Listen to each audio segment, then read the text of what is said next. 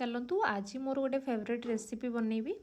ये रेसिपीटा बनाया मु आंब 2 दिन आगुरी आनी किंतु आज बनैबी काली बनैबी भाभी बनै पारी जेहेतु आज गोटे भल दिन अक्षय तृतीया तो आज भाविली ये रेसिपीटा बनैबी। मुझे एक्चुअली बाहर खाई थे तो खाइला पर मोर एटा फेवरेट हो जाता आउ आंब सीजन आसला मीन्स मुझे बनाए निहाती भाव में आउ जो दिन यहाँ बनाए मोर से दिन बेलार खावाटा बंद थाए और मुझा ही खाए।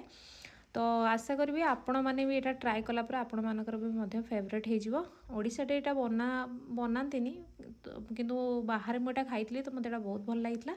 चलतु बनवा फास्ट आंब को काटिदेवा तार गोटे छोट छोट पीस करके जार पकईदेवा पकईला से 1 कप आमर चीनी देवा चीनी देकी आउ टिके क्षीर हाफ कप क्षीर देकी आम ग्राइंडिंग करदेला सेटा नॉर्मल रखिए थिकनेस बेसी थिक रखिए कि बेसी लिक्विड करेंगे नॉर्मल रखिए ताकू भल भाव में घाटी देवे मिक्स करेंगे कहीं जदि आप भलसे मिक्स कर बहुत क्रीमी लगे आ बहुत टेस्टी लगे। देखंतु केमती तार बैटरटा रही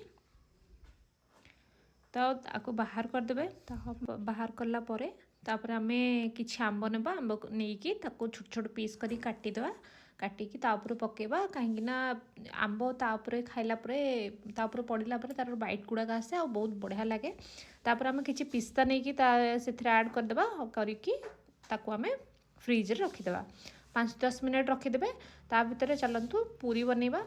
तो आपण चाहिए आप पूरी फिर पराठा सहित खाईपर मत यहाँ पूरी सहित बहुत भल लगे तो मुझा पूरी सहित खाइबी। तो ये मु बीटरूट पूरी बनई आ बीटरूट पूरी सहित यहाँ बहुत भल लगे आपड़ चाहिए जो भी पूरी बन पारे तो बनईकी ता सहित पूरी सहित मजा नहीं पारे तार। तो ये मोर पूरी बनीगला बनला आपको प्लेट रे बाहर करेंगे आपको खाइबे थरे खाइबे ना आप निहाती भार फैन हो मैंने एत टेस्ट लगे आउ जो मानू मीठा पसंद से तो बहुत भल लगे आंब जाक पसंद।